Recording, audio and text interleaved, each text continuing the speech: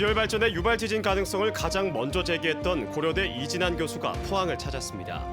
유발 지진에 책임 있는 한국지질자원연구원에 공식 사과를 요구했고 해외 전문가가 지열 발전소 복구에 투입돼야 한다고 주장했습니다. 비리로 교육부 감사를 받았던 경주대학교에서 관선 이사회가 새로운 총장을 공개 모집하고 있는데 학교가 정상화될지 관심을 모으고 있습니다. 공원 일몰제가 내년 7월부터 시행돼 각종 규제가 풀리면서 난개발이 우려되는데 포항 양악공원에 민간 사업자가 참여한 공원 개발 사업이 추진되고 있습니다. 여러분 안녕하십니까? 포항 지진은 지열 발전이 유발했을 가능성이 크다고 논문으로 가장 먼저 알린 교수 연구팀이 포항 시민들과 간담회를 갖고 후속 대책에 대한 의견을 표명했습니다. 이들은 정부의 지열발전소 원상 복구에 경험 있는 외국인 교수가 반드시 참여해야 한다고 밝혔습니다.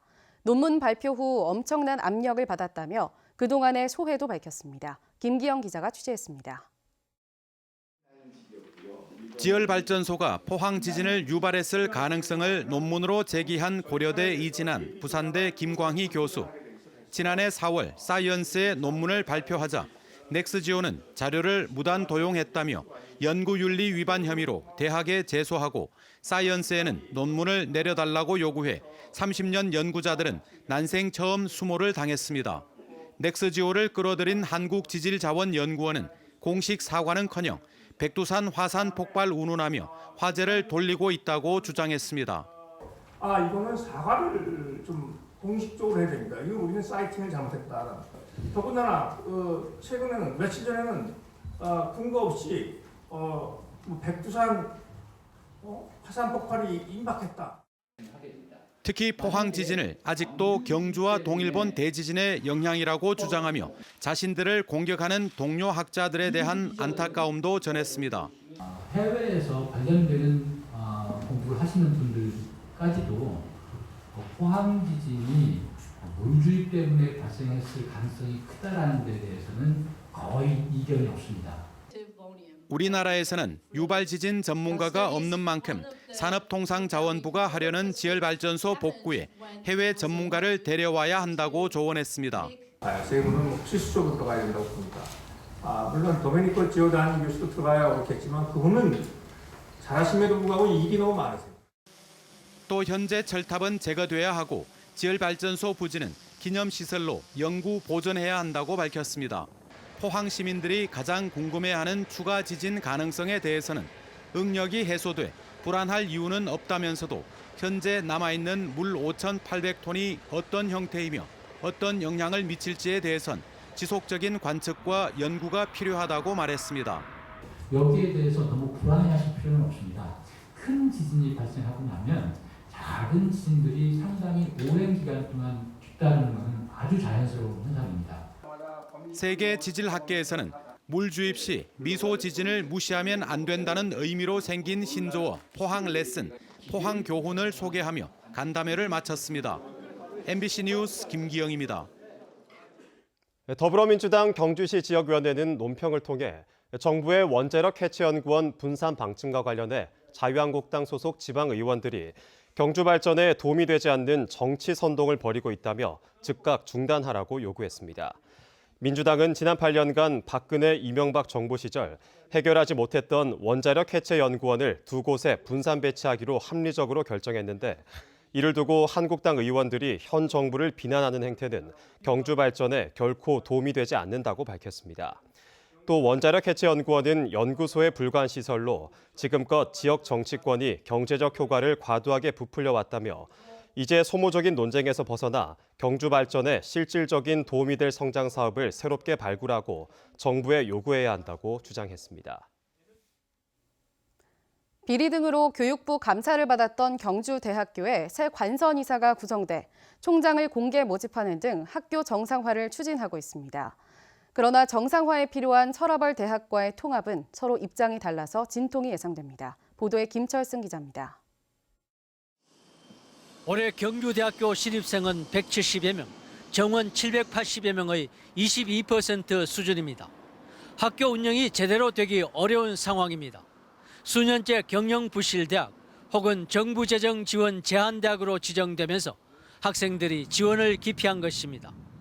올 들어 관선 이사로 새 재단을 구성한 원석학원은 다음 달 초순 새 총장을 뽑아 학교 정상화에 속도를 내기로 했습니다. 교수들은 공익형 사립대로 거듭날 수 있는 기회라며 기대감을 표시합니다.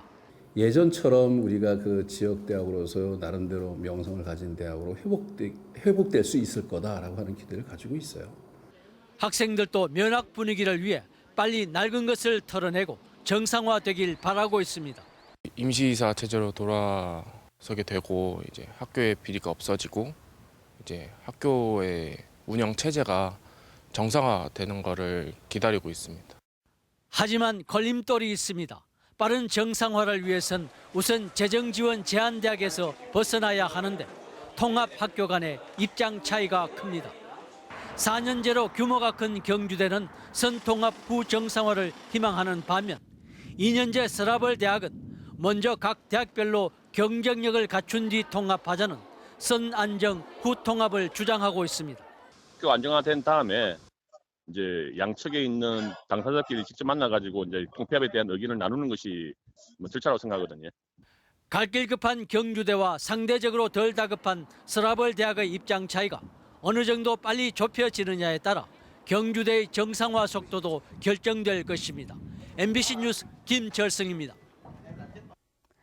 대구지방법원 포항지원은 지난 6.13 지방선거를 앞두고 특정 후보 지지를 부탁하며 금품을 뿌린 혐의로 구속 기소된 포항시 의원의 전 선거사무장 A씨에게 징역 10개월과 벌금 200만 원을 선고했습니다. A씨는 지난해 2월 포항시의회 이영옥 의원의 선거사무장으로 활동하면서 지역구 주민에게 당선될 수 있도록 도와달라며 5회에 걸쳐 110만 원을 건넨 혐의로 기소됐습니다. 공직선거법은 당선인 직계 존비속, 배우자 또는 선거사무장, 회계 책임자가 징역형을 선고받아 형이 확정되면 당선을 무효 처리합니다. 공원 일몰제가 내년 7월부터 시행될 경우 각종 규제가 풀리면서 녹지로 보존되어 온 공원이 자칫 난개발될 수도 있습니다. 포항의 양학공원도 사정은 마찬가지인데 민간 사업자가 참여하는 공원 조성과 개발이 대안으로 추진되고 있습니다. 박상환 기자입니다. 포항시가 내년 7월 공원 일몰제를 앞두고 있는 양학공원에 대해 민간 사업자를 참여시켜 대규모 랜드마크 공원을 조성할 계획입니다. 공원 일몰제는 장기간 공원을 조성하지 못할 경우 공원 부지에서 자동 해제하도록 한 제도로 각종 규제가 풀려 난개발로 이어질 수 있습니다. 무산되게 되면은 이 개발 행위가 가능한 지역에는 저희들이 개인 소유자들이 이제 어떤 개발을 할 수 있는 허가를 해줄 수밖에 없습니다. 난개발이 좀 우려는 되는 상황입니다. 이 때문에 포항시는 일부 공원 부지에 대해 민간 사업자의 사업성을 보장해주고 나머지는 사업자가 매입해 공원으로 조성하도록 계획을 추진해 왔습니다. 하지만 사업에 난항이 예상됩니다. 민간 사업자가 양학공원 부지 가운데 효곡동 일대의 아파트 조성 사업을 계획하자 인근 주민이 녹지가 사라질 수 있다며 반발했습니다.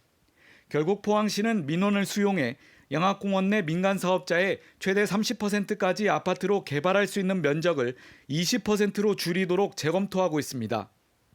지금 현재 이런 부분으로 비공원 시설을 아파트 부지를 결정을 해놨지만 그런 의견들을 수용해서 이 녹지축을 그대로 살리면서 공원을 추진하는 방향으로. 하지만 아파트로 조성할 수 있는 면적이 대폭 줄어 수익성이 떨어진 만큼 민간 사업자가 공원 개발 사업에 계속 참여할지는 의문이고 사업이 실패할 경우 난개발로 이어질 수 있습니다. 포항 내 공원 부지는 현재 59곳으로 공원 일몰제에 해당하는 35개 부지는 당장 내년 7월부터 토지 소유자들의 재산권 행사가 가능해집니다.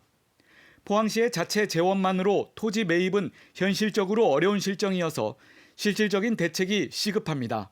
MBC 뉴스 박상환입니다.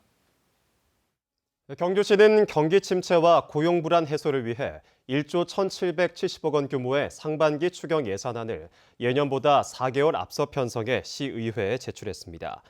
이번 추경 예산안은 일반 회계가 1,270억, 특별 회계가 290억 원 증가안으로 일자리 사업과 미세먼지 대책 등 생활 SOC 확충 사업에 역점을 두고 있습니다. 또 제2금장교 가설 사업과 신농업 혁신타운 조성 사업, 불국사 숙박업소 자영업자 지원 사업 등에도 예산이 반영됐습니다. 제12회 영덕 축산항 물가자미 축제가 오는 25일부터 나흘간 축산항 일원에서 열립니다. 이번 축제에서는 행사장을 좁은 상가에서 넓은 축산천 둔치 주차장으로 옮겨 물가자미 시식 외에도 맨손으로 물고기 잡기와 어선 체험, 마른 가자미 낚시 등 다양한 행사가 진행됩니다. 해마다 4월은 물가자미의 살이 차는 제철로 축산항은 물가자미를 뭉툭하게 썰어 채소와 막장을 넣어 비벼 먹는 물가자미 막회로 유명합니다.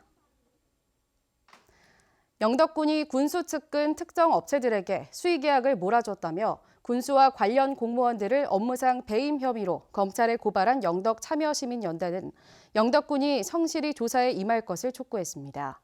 영덕참여시민연대는 보도자료를 통해 이번 사건의 본질은 수의계약 업체의 선정 기준이 자의적인지 공평한지 진실을 규명하는 것인데도 영덕군이 지방재정 공개 시스템에 오류만 부각시키고 있다고 주장했습니다. 또 수기계약 외에 당초 자료에 빠졌던 전자계약 건수를 포함해도 영덕군의 수의계약 비율은 24.5%로 인접한 울진군의 2배에 이른다고 지적했습니다. 한편 대검찰청에 고발된 이번 사건은 대구지검 영덕지청의 지휘를 받아 영덕경찰서가 담당하게 됐습니다. 오늘도 때이른 초여름 날씨가 이어졌습니다. 내일은 동풍의 영향으로 기온이 큰 폭으로 떨어지겠고 미세먼지는 보통 수준을 유지하겠습니다. 안수진 기상캐스터입니다. 오늘 경주의 낮 기온 최고 26.9도까지 치솟으면서 반팔 차림이 무색하지 않은 날씨였습니다. 내일은 동풍이 불어오면서 낮 기온이 뚝 떨어지겠습니다. 경북 동해안의 아침 기온 평년 수준에서 출발하겠지만 한낮 기온은 13도에서 16도로 오늘보다 10도 이상 기온이 떨어지겠습니다. 건강관리에 각별한 주의가 필요하겠습니다. 미세먼지 농도는 보통 수준을 유지하겠습니다. 경주를 제외한 경북 동해안에는 건조특보가 지속되겠는데요. 이 특보는 울릉도와 독도까지 확대됐습니다. 자세한 내일 날씨 알아보겠습니다. 내일 구름 많다가 오후에 맑아지겠고요. 새벽에는 곳곳에 적은 양의 빗방울이 떨어질 가능성이 있습니다. 아침 기온 8도에서 12도, 낮 기온은 13도에서 16도입니다. 울릉도와 독도는 대체로 맑겠습니다. 아침 기온 울릉도 7도, 독도 9도, 낮 기온은 울릉도 12도, 독도 11도입니다. 동해상에는 대체로 구름 조금 지나는 가운데 동해 남부 해상으로는 바람이 강하게 불겠습니다. 바다의 물결 동해 전해상에서 최고 3m까지 일겠습니다. 주말에는 다시 평년 기온을 회복하겠고요. 다음 주 월요일에는 다소 쌀쌀했다가 화요일부터는 다시 따뜻해지겠습니다. 날씨였습니다.